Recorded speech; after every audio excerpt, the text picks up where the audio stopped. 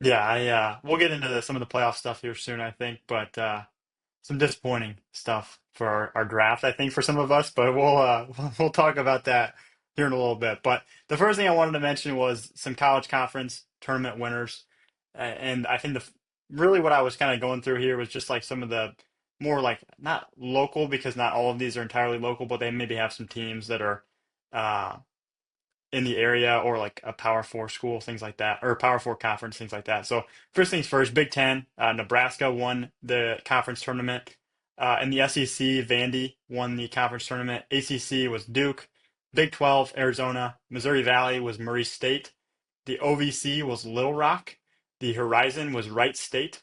Summit League was North Dakota State, and then the Big East was Creighton.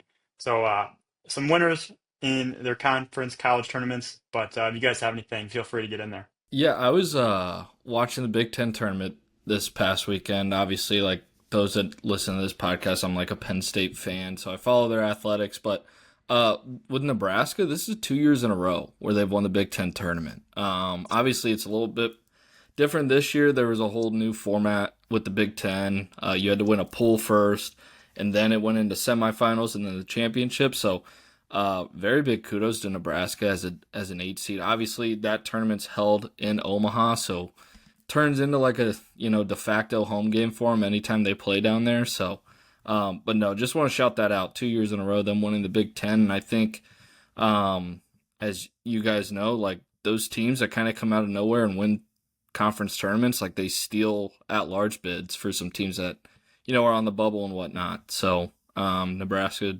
definitely did that to some teams out there across the country.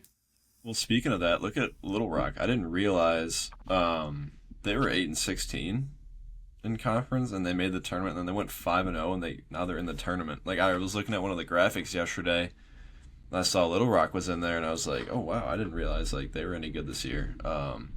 So yeah, kind of just echo that. Like you never know what's going to happen in like a playoff setting. Like anything can happen. That's kind of the beauty of it. Yeah, and obviously some big JUCO stuff happening. I think the biggest thing to note was Lakeland. The Lakers, they upset number two seed Blinn, the number eight seed Salt Lake, and then tonight, this is Tuesday, so you guys will know what happens as when this comes out. But they play Florence Darlington, who is the number six seed, tonight, Tuesday at 7 p.m. So congrats to Lakeland. I mean, they're kind of crushing it there. I hope to keep rolling.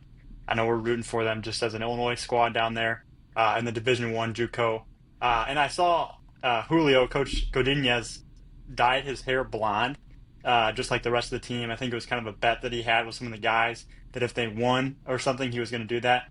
And then I also heard in an interview that he's going to get a tattoo on his arm. And I think that might be a joke, but it also might be serious if they win the World Series. So we'll see what happens there. But I thought that was pretty awesome.